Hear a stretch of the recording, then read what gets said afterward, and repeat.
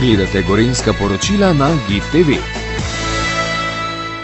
Vi ste bili eden izmed prvih hotelov Zero Waste v Sloveniji, sedaj pa se ta hotel iz leta v leto nadgrajuje. Kako? Prvi Zero Waste hotel v Sloveniji smo prejeli leta 2018, ampak do sedaj smo razširili svojo ponudbo, zgradili smo tudi 2 glampinga, tako da to politiko Zero Waste in naravnanja k neki trajnosti izvajamo tudi povsod drugje. Dobili ste pa zdaj tudi eno posebno nagrado, a ne?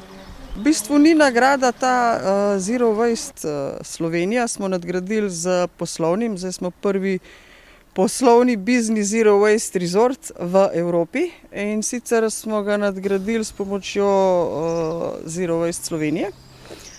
Ekologi Slovenije so pa povezani v združenju Zero Waste Europe, tako da so oni naredili nek model ocenjevanja. Mi smo bili prvi in smo tudi prvi prejeli ta certifikat na evropski ravni, na kar smo zelo ponosni.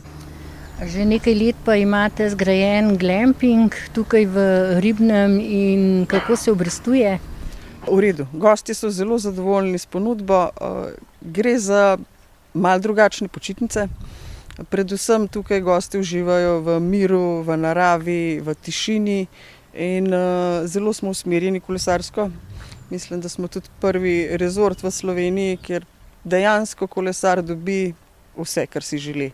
Od hrambe koles, posoje koles, vodene ture, informacije, tako da delamo na tem, da smo res najboljši.